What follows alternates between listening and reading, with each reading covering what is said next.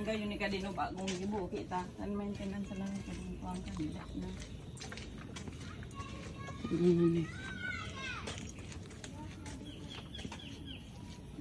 Kumagaya din naman sa di.